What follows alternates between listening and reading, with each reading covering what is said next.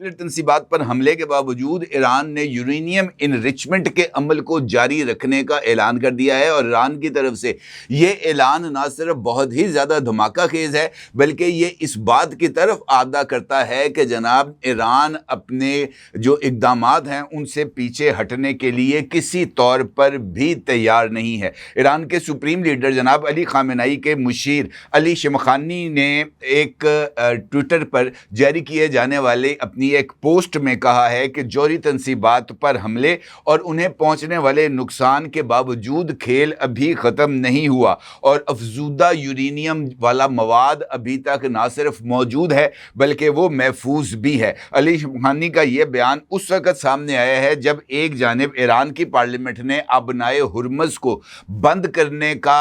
جو ہے وہ فیصلہ کیا ہے، اور ایرانی پارلیمنٹ نے اپنے اس فیصلے کو توثیق کے لیے سپریم لیڈر جناب علی خامنہئی کو بھجوا دیا ہے، اور اس کے ساتھ ساتھ ایران نے اپنی بحریہ کو بھی آبنائے ہرمز پر تعینات کر دیا ہے، اور ایران کے جنگی جہاز نہ صرف اس وقت آبنائے ہرمز میں موجود ہیں بلکہ جنگی جہازوں کو خلیج فارس میں ایران کی سمندری حدود میں بھی تعینات کر دیا ہے۔ وہیں پر جناب جو امریکن پریزیڈنٹ ہیں ڈونلڈ ٹرمپ، ان کی طرف سے بھی ایک بیان سامنے آیا ہے جس میں امریکن پریزیڈنٹ ڈونلڈ ٹرمپ نے ایران میں رجیم چینج کا اشارہ دیتے ہوئے کہا ہے کہ ایران کو عظیم بنانے کے لیے اگر ایران کی موجودہ قیادت کو تبدیل کر دیا جائے تو یہ گھاٹے کا سودا نہیں اور اس میں کوئی برائی نہیں ہے۔ ایران کے فیصلے اور ٹرمپ کے تازہ اعلان کے مضمرات پر بات کرتے ہیں، لیکن اس سے پہلے بات کرتے ہیں OIC کے اجلاس کی، اور اس اجلاس کے بعد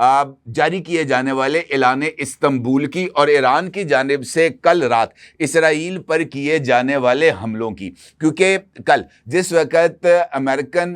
بمبارڈ طیاروں نے ایران کی 3 نیوکلیئر سائٹس پر حملہ کیا تھا، اس کے فوری بعد ایران کی طرف سے اسرائیل پر میزائلوں کی ایک بارش کر دی گئی تھی، اور تقریباً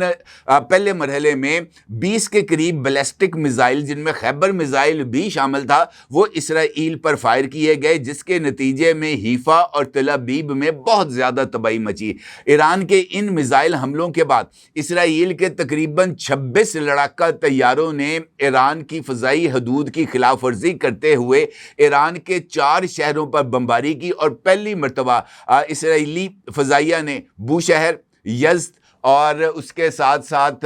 تبریز